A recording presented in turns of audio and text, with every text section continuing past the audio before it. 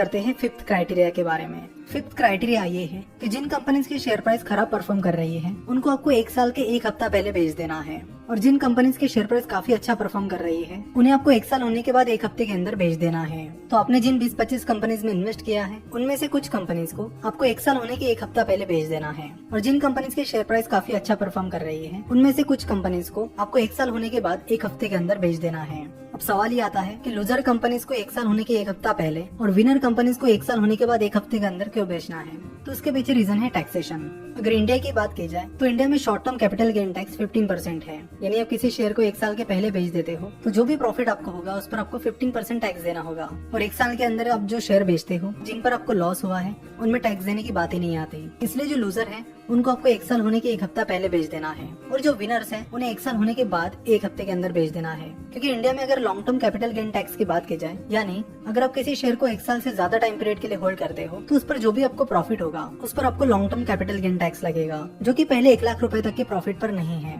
और अगर आपका प्रॉफिट 1 लाख रुपए के ऊपर जाता है तो जो अमाउंट 1 लाख रुपए के ऊपर जाएगी उस पर आपको 10% टैक्स लगेगा। यानी अगर आपने किसी कंपनी को 1 साल से ज्यादा टाइम पीरियड के लिए होल्ड किया है और उसमें आपको 60,000 का प्रॉफिट हुआ है तो 60,000 रुपए के प्रॉफिट पर आपको कोई भी long term capital gain tax नहीं पे करना होगा। वही अगर आपका उस शेयर पर प्रॉफिट 1,20,000 रुपए का हो जाता है तो पहले 1 लाख रुपए पर आपको कोई भी टैक्स नहीं लगेगा, और उसके ऊपर जो 20,000 रुपए है उस पर आपको 10% टैक्स देना होगा। तो मिस्टर जोएल ग्रीनब्लैट का ये 5वां क्राइटेरिया टैक्सेशन को ध्यान में रखकर बनाया गया है।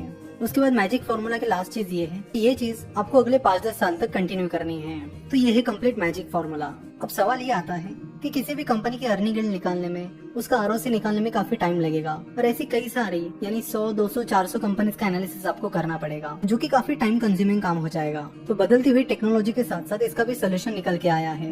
मिस्टर जोएल ग्रीनब्लैट ने अपनी ही वेबसाइट शुरू कर दी है जिसका नाम है magicformulainvesting.com। वहाँ पर जाकर आपको बस 2 चीजें सिलेक्ट करनी होती है। एक है कि मिनिमम मार्केट कैपिटलाइजेशन आपको कितना रखना है, और दूसरा नंबर ऑफ स्टॉक्स आपको कितने चाहिए, 30 चाहिए या 50 चाहिए। अगर आपने 30 सिलेक्ट किए तो आपको यूएस मार्केट की वो 30 कंपनीज मिल जाएगी जिनकी अर्निंग यील्ड और आरओसी हाई है। अगर आपने 50 पर क्लिक किया तो आपको यूएस मार्केट की वो 50 कंपनीज मिल जाएगी जिनकी आरओसी और अर्निंग यील्ड हाई है। वही अगर हम इंडियन मार्केट की बात करते हैं तो उसके लिए क्या सोल्यूशन है? तो magicformulainvesting.com पर इंडियन मार्केट के लिए कुछ भी नहीं है, लेकिन डरने की बात नहीं, उसके लिए एक दूसरा सोल्यूशन है, और ये सोल्यूशन आपको screener.in देता है। उसके लिए आपको screener.in पर जाना होगा और यहाँ स्क्रीन पर क्लिक करना होगा। स्क्रीन पर क्लिक करने पर आपको कई सारे स्क्रीन मिलते हैं। तो यहाँ पर आप देख सकते हो magic formula based on famous magic formula, तो उस पर आप क्लिक कीजिए और उसके बाद आपको मैजिक फॉर्मूला के अनुसार जिन इंडियन कंपनीज की अर्निंग यील्ड ज्यादा है और आरओसी ज्यादा है वो कंपनीज आपको यहाँ पर मिल जाएगी।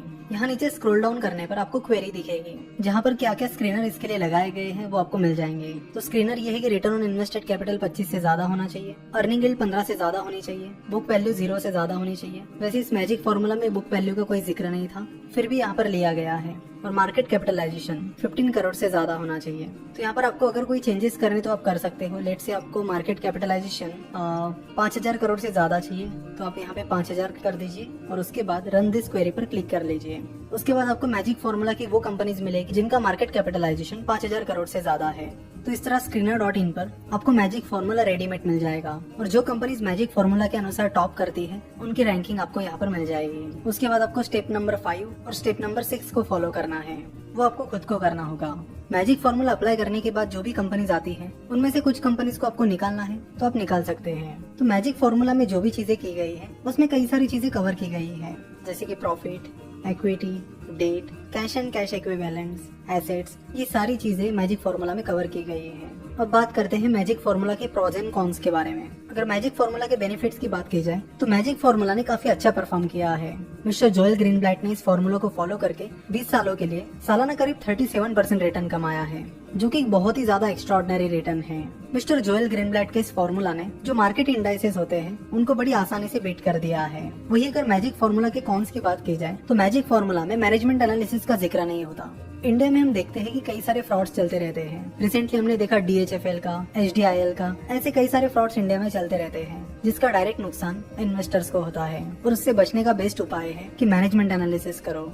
बस क्वांटिटेटिव एनालिसिस से काम नहीं चलता है। तो मैनेजमेंट एनालिसिस यहाँ पर आपको खुद को करना होगा, क्योंकि मैजिक फॉर्मूला में उसका जिक्र नहीं है। उसके बाद मैजिक फॉर्मूला में FCF that is free cash flow के बारे में कोई जिक्र नहीं है। वैसे फ्री कैश फ्लो को प्रॉफिट से भी ज्यादा इंपॉर्टेंस दिया जाता है, लेकिन मैजिक फॉर्मूला में उसका जिक्र नहीं है। तो ये था कंप्लीट मैजिक फॉर्मूला और उसके प्रॉज एंड कॉन्स। आशा करता हूँ